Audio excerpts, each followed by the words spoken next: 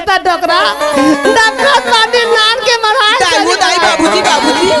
अत कबीले कैसे नहीं ना है बाबूजी का हो के दाई काय वो तेना देखा था तेना देखा हां तो राखी अपनी फूट के होई डबकत पानी मोल उसने वरना ने बाबूजी मैं डबकत पानी तो रुसने वाला हूँ बाबूजी आज मैं तुम्हारे बरत का पाप करूँ नहीं बाबूजी मैं ना बांगा में चूल्हा में पानी मरा रही हूँ और देरी होते से कहीं जल्दी जल्दी में ढार के नाने बाबूजी हाथ में नहीं छुअन पा का पानी ज्यादा गर्म हो गिरी से हाथ में छूते सरे बांधवा तो हाथ उस ना जाती अक्का कुहरा उड़ा थे तो राखी फूट गए होई दाई आज मुझसे गलती होगी वो जल्दी जल्दी में बाबूजी आज भर तुमन बिना नहाए खाना खा लेते मैं काली एक पनिया गरम करती हूँ पानी ना तहन ना मान लेती